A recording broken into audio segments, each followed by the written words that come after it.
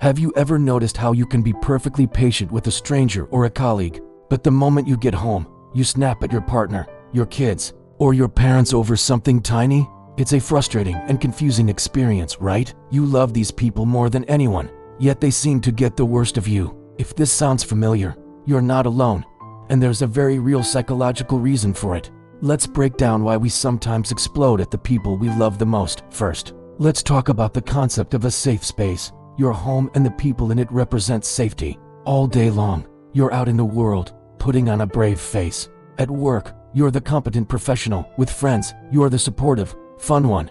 You're constantly managing your emotions, filtering your words, and suppressing your frustrations. It's like holding a beach ball underwater. It takes a ton of energy to keep it down. The moment you walk through your front door, you're in your safe zone. You finally feel you can let go of that beach ball, and unfortunately, it often shoots up and splashes the people closest to you. It's not because you love them less, it's because you trust them more. You subconsciously believe their love is unconditional, so you let your guard down and all the pent-up stress from the day comes pouring out. Another huge factor is something called emotional fatigue or decision fatigue. Think about your brain like a battery. Every decision you make, from what to wear in the morning to how to handle a difficult client, drains a little bit of that battery.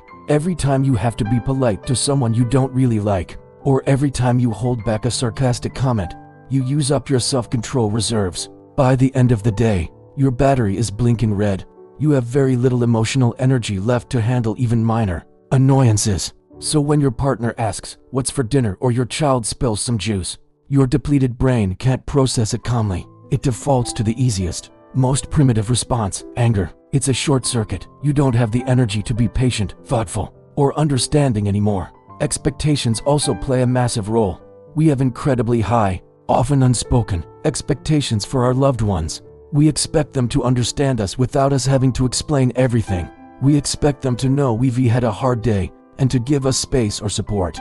When they fail to meet these invisible expectations, it feels like a personal betrayal, even if it's completely unintentional. A stranger not holding a door for you is just a rude stranger. Your partner not noticing you're upset feels like they don't care. This perceived slight hits much harder because of the deep emotional investment you have in the relationship. The disappointment is magnified, and your reaction can be, too. So, what can we do about this? The first step is awareness. Simply understanding why you're doing this can be a game changer. When you feel that anger rising, pause and ask yourself, am I angry at this person?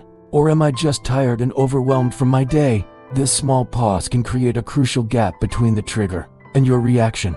Try creating a transition ritual between your work life and home life. This could be listening to a specific podcast on your commute, spending 5 minutes meditating in your car before you go inside, or taking a quick walk around the block. This helps you release the beach ball before you enter your safe space. Also, communicate your needs. Instead of expecting your family to be mind readers, just tell them a simple, "Hey, I've had a really tough day and my battery is low.